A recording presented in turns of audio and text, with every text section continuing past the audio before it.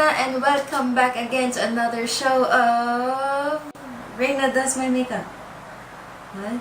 What? So as I have mentioned in my previous video, meron nga akong high school friend na nag-request na gawan ko daw ng tutorial yung previous looks na in-upload ko sa aking IG account. So I wasn't really planning on creating a YouTube video for it.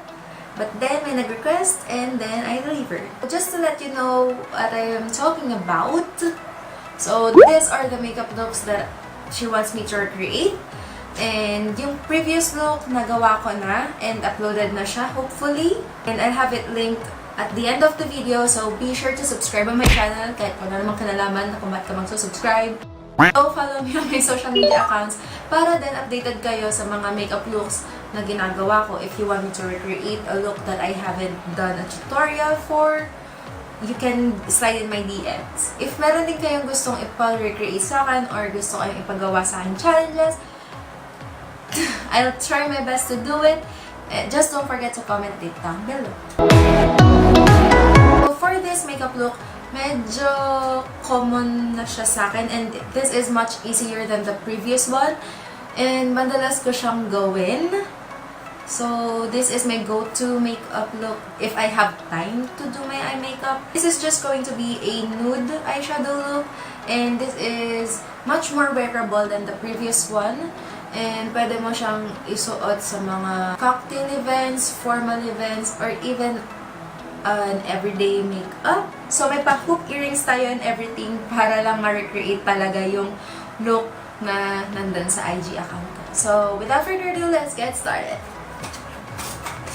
Gaya nung nandun sa previous video ko, I already have my foundation on. Kahit naman na same day ko lang to video or film.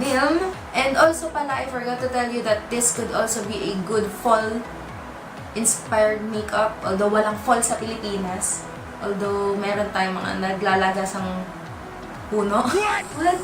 So, I already have my foundation on. I already have my blush. I already have my eyebrows on. So, NYX, BYS, Tarte, BYS. And for concealer, I use Maybelline. Yeah. You could watch my foundation routine video if you wanna know how I do my foundation. I have it linked at the end of the video na lang rin. And sobrang dal-dal mo talaga. Like, oh my god. The first step that we're going to do, kahit naman talaga hindi ko to ginagawa kapag nag-eyeshadow ako, is to put on your eyeshadow primer. So, the benefit of this is it will make your eyeshadow last longer and hindi siya kakalat-kalat. After that same step in the previous video where we set our eye primer with white eyeshadow.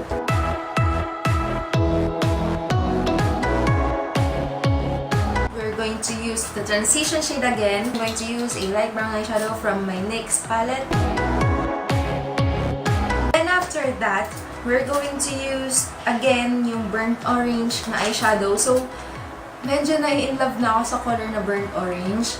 But I hate orange. Medyo hindi kasi sobrang halata yung pagka-orange ng kulay na to. That's why I'm fond of using it for my eye makeup looks. We're going to use a small blending brush and we're going to put that on the outer corners of the eyes.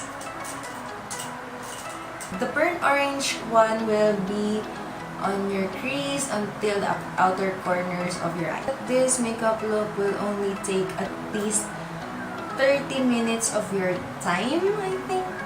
Or at least 5. Ganon. Char. Basta mabilis lang siyang gawin. After this, I'm going to use a dark brown eyeshadow para sa outer corners of the eyes kasi medyo too burnt orangey yung parang depth.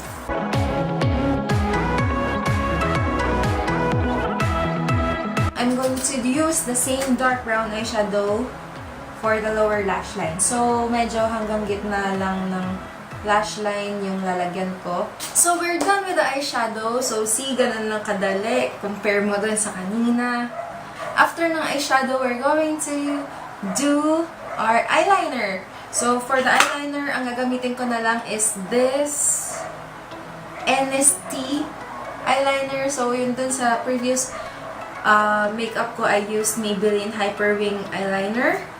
But for tonight, this is what I'm going to use.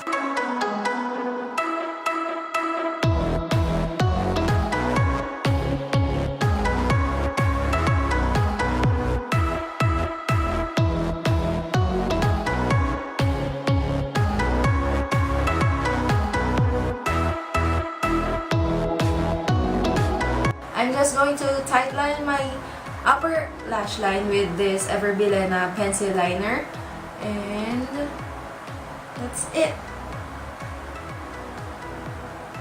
After tightlining your eyes, syempre we have to put on our mascara.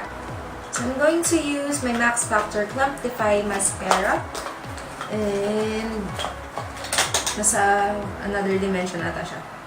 So got it. Just put it on your upper lash line and your bottom lash line as well. If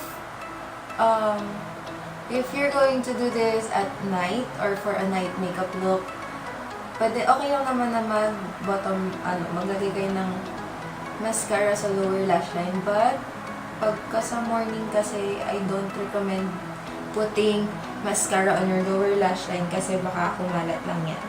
Ganun lang kadali yung eye makeup nitong look na to. So, for our last step, I'm going to use Revlon's Ultra HD lipstick in the shade Arabica.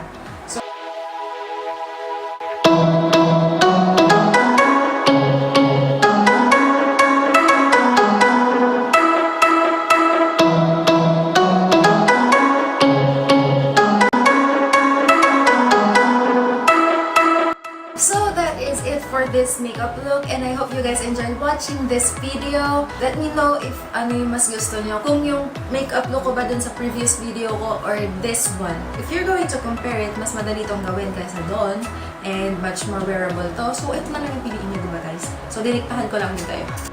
So don't forget to hit like if you enjoyed watching this video. And don't forget to click subscribe on my channel, and don't forget to ring the bell to get notified whenever I upload new videos every week. I hope every week. And I'll see you guys on my next video. Bye!